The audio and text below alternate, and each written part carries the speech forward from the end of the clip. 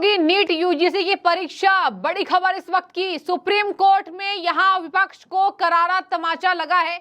अलग बात है, सुप्रीम कोर्ट में कई ऐसी दलीलें रखी गई थी और बता दें आपको, चीफ जस्टिस डीवाई चंद्रचूड़ ने साफ कह दिया है कि दोबारा परीक्षा हो इसके लिए पर्याप्त सबूत नहीं है। सबसे बड़ी खबर, सुप्रीम कोर्ट को लेकर लगातार विपक्ष ये राह देख रहा था कि सुप्रीम कोर्ट से ये फैसला आएगा कि नीट की परीक्षा दोबारा से हो। बता दें आपको, नीट की परीक्षा है ये कोई छोटी मोटी परीक्षा नहीं होती है। सीजीआई ने पूरे तथ्यों के साथ इस बात का यहां उल्लेखन किया और कहा कि हम दोबारा ये आदेश नहीं दे सकते हैं, पर्याप्त सबूत नहीं है कि परीक्षा में धांधली हुई थी और ये भी पर्याप्त सबूत नहीं है कि जहां पर माना जाए कि सभी राज्यों में एक ही दुर्दशा हुई थी। चलिए आपको बताएंगे। और इसी खबर पर एक और बड़ी खबर सामने आ रही है।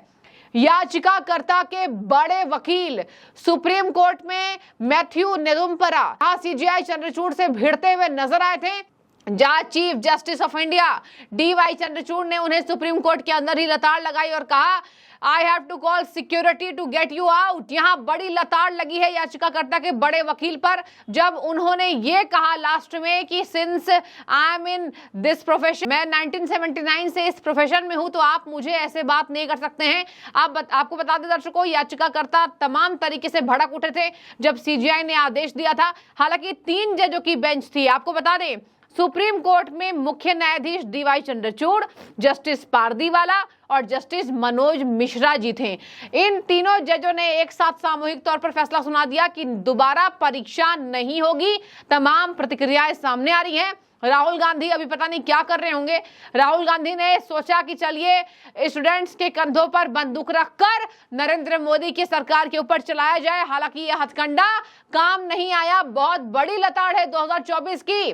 24 का सबसे पहला मुद्दा सरकार बनने के बाद इनके हाथ में आया नीट धांधली। एनटीए यानी नेशनल टेस्टिंग एजेंसी को लेकर ये बड़ी बड़ी बातें कर रहे थे। कह रहे धर्मेंद्र प्रधान को इस्तीफा देना चाहिए, शिक्षा मंत्री बड़े फेल्यूर रहे हैं, ट्रेन हादसा हो जाए तो ये अश्विनी वैष्णव से इस्तीफा मांगते हैं, कभी भी अपनी सरकारों से इस्तीफा ये नहीं मांगते। हालांकि ये सभी पार्टियों की एक ही रणनीति होती है।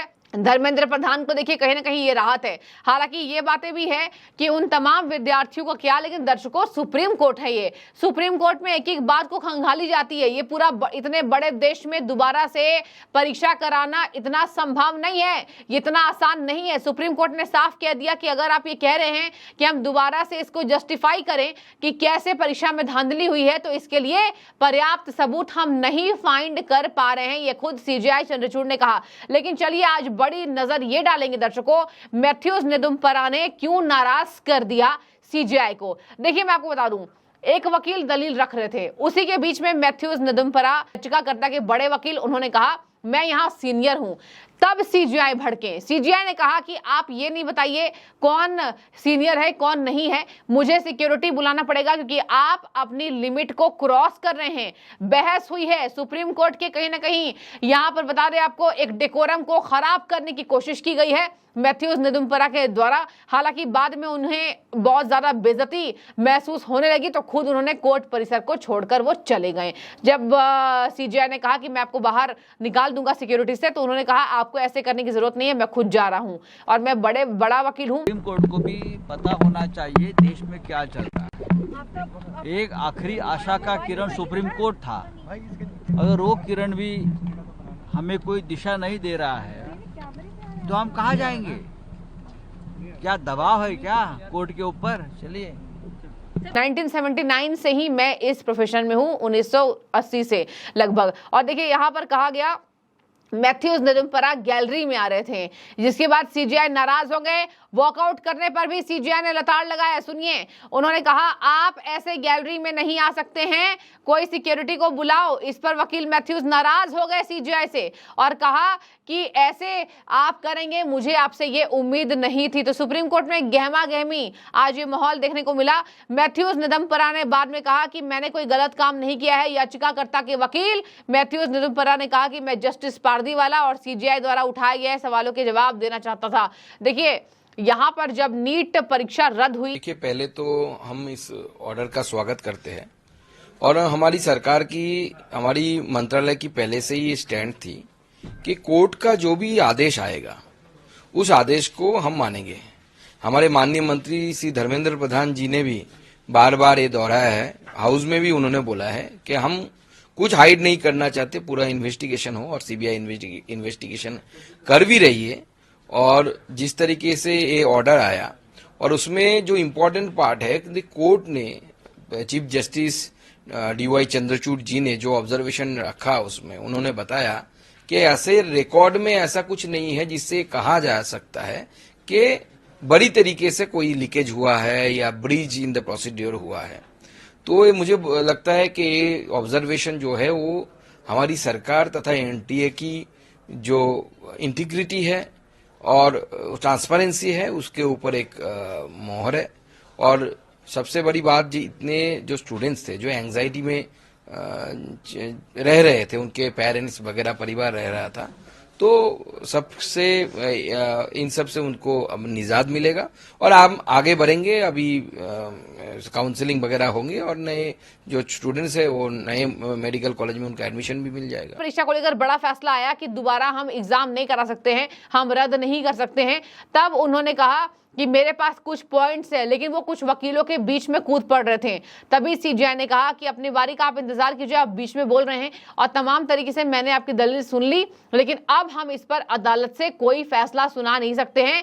डिस्कशन के एक सक्रिय सदस्य के रूप में कोई भी सवालों के जवाब दे सकता है, मेरे साथ अनुचित व्यवहार किया गया है, ये कहा है मैथ्यूज ने। मैथ्यूज उसके बाद नाराज हो गए, बड़े वकील है हालांकि, लेकिन वो सीजीआई के बीच में भी कूद पड़े थे, तभी उनके साथ ऐसा व्यवहार सीजीआई ने किया है। चलिए अब आते हैं सुप्रीम कोर्ट के तमाम वकील क्या कह रहे हैं। देखिए, सुप्रीम कोर्ट की वकील हैं यहाँ पर तानवी दुबे ने साफ कहा है कि सुप्रीम कोर्ट ने जांच में ये पाया है कि जो सबूतों के आधार पर, जैसे क्वेश्चन नंबर 9 पर अलग अलग स्टूडेंट्स को एक ही ग्रेस मार्क्स मिलना और नीट धांधली को लेकर बिहार में सबसे ज्यादा धांधली होना, इन सब तमाम बातों पर पैनी नजर रखी गई है, जिसके बाद ये फैसला सुनाया गया। हालांकि मैं आपको बता दूं, सुप्रीम कोर्ट के फैसले पर कोई भी बहुत ज्यादा टिप्पणी नहीं करता है और टिप्पणी करने से बचता है, चाहे वकील हो चाहे नेता हो, और नेताओं को सुप्रीम कोर्ट का स्वागत करना पड़ेगा। सर्वोच्च न्यायालय का जो निर्णय आया है उसको पढ़ने के बाद इस पर विस्तार से मैं अपनी प्रतिक्रिया दूंगा। अभी तो सिर्फ मैं इतना कह सकता हूं कि एक बार अगर परीक्षाओं के पेपर लीक की बात आ गई है तो पवित्रता कहाँ रह गई? पवित्रता तो नष्ट हो गई। परंतु पूरा पढ़ने के बाद ही मैं इस पर अपनी प्रतिक्रिया दूंगा, कांग्रेस अपनी प्रतिक्रिया देगी। केजरीवाल के बारे में बात हो या किसी अन्य टॉपिक्स पर बात हो, तो सुप्रीम कोर्ट का जब यहाँ पर स्वागत किया जाता है, तो नीट धांधली में जब लगातार ये स्वर उठ रहे थे, राहुल गांधी बड़े नाराज होंगे, विपक्षी पार्टियां बड़ी नाराज होंगी, सुप्रीम कोर्ट ने हाय तौबा मचा दिया, ये क्या कर दिया भैया। हालांकि बीजेपी लगातार इन तथ्यों के बाद स्वागत कर रही है और अब देखने वाली बात होगी धर्मेंद्र प्रधान से इस्तीफा मांगने वाले लोग क्या बोलते हैं, इस पर क्या कहते हैं। क्या वो सुप्रीम कोर्ट का स्वागत करेंगे या इनडायरेक्टली सुप्रीम कोर्ट को खरी खोटी सुनाएंगे? जितनी हिम्मत तो नहीं है, लेकिन हाँ, ये कहा जा रहा है कि कांग्रेस पार्टी जरूर आज नाराज हुई होगी। तो दोबारा सुनते जाइए, अब नहीं होगी दोबारा से नीट की परीक्षा। अब देखने वाली बात होगी तमाम विद्यार्थियों को सुप्रीम कोर्ट क्या अपने अहम फैसले उनके लिए लेकर आता है, जो विद्यार्थी इनसे बहुत ज्यादा नाराज थे इस धांधली को लेकर। आपकी क्या राय है? आप जरूर कॉमेंट के जरिए हमें बताइएगा। शुक्रिया।